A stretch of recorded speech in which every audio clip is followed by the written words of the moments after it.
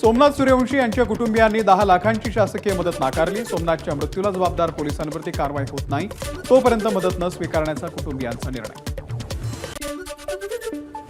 राष्ट्रवादी शरद पवार पक्षाचे प्रदेश उपाध्यक्ष प्रमोद गायकवाड यांच्यासह 6 जणांविरोधात हत्येचा गुन्हा दाखल। काही दिवसांपूर्वी सोलापूरच्या सिद्धार्थनगरमधील वैभव वाघे या तरुणाला आरोपी प्रमोद गायकवाड यांनी साथीदारांसह बेदम मारहाण केली होती। बुलढाण्याच्या खामगाव जालना महामार्गावरती शिवशाही बसचा अपघात। भरधाव शिवशाही बस रस्त्यावरून खड्ड्यामध्ये पडली। अपघातामध्ये 15 प्रवासी जखमी।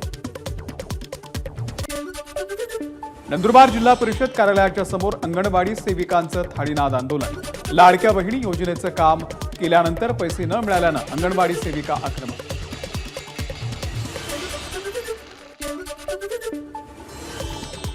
नाशिकच्या उंबरदे या गावातील ग्रामस्थांचं शोले स्टाईल आंदोलन। जातीचं प्रमाणपत्र, इतर दाखले, रेशन कार्ड मिळत नसल्यानं ग्रामस्थांचं मालेगाव तहसील कार्यालयावरती शोले स्टाईल आंदोलन।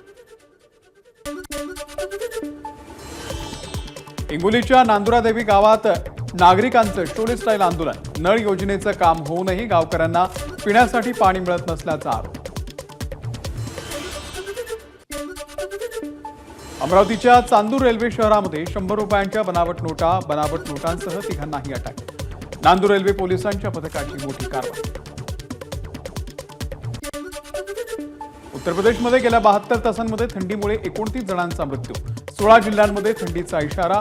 2 दिवसांनंतर अनेक जिल्ह्यांमध्ये पाऊस आणि गारपीट होण्याचा अंदाज। ऑस्ट्रेलियाच्या रॉटनेस्ट आयलंडच्या जवळ सी प्लेन समुद्रामध्ये कोसळलं। या दुर्घटनेमध्ये 3 पर्यटकांचा मृत्यू, 4 वाचवण्यात यश। अपघातामध्ये पायलटचाही मृत्यू।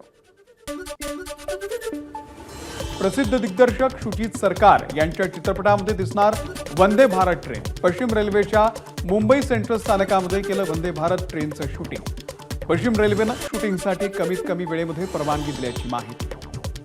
पाकिस्तान चॅम्पियन्स ट्रॉफीचं यजमानपद गमावण्याची शक्यता। पाकिस्तानमधल्या क्रिकेट मैदानांवरती पुरेशी तयारी नाही।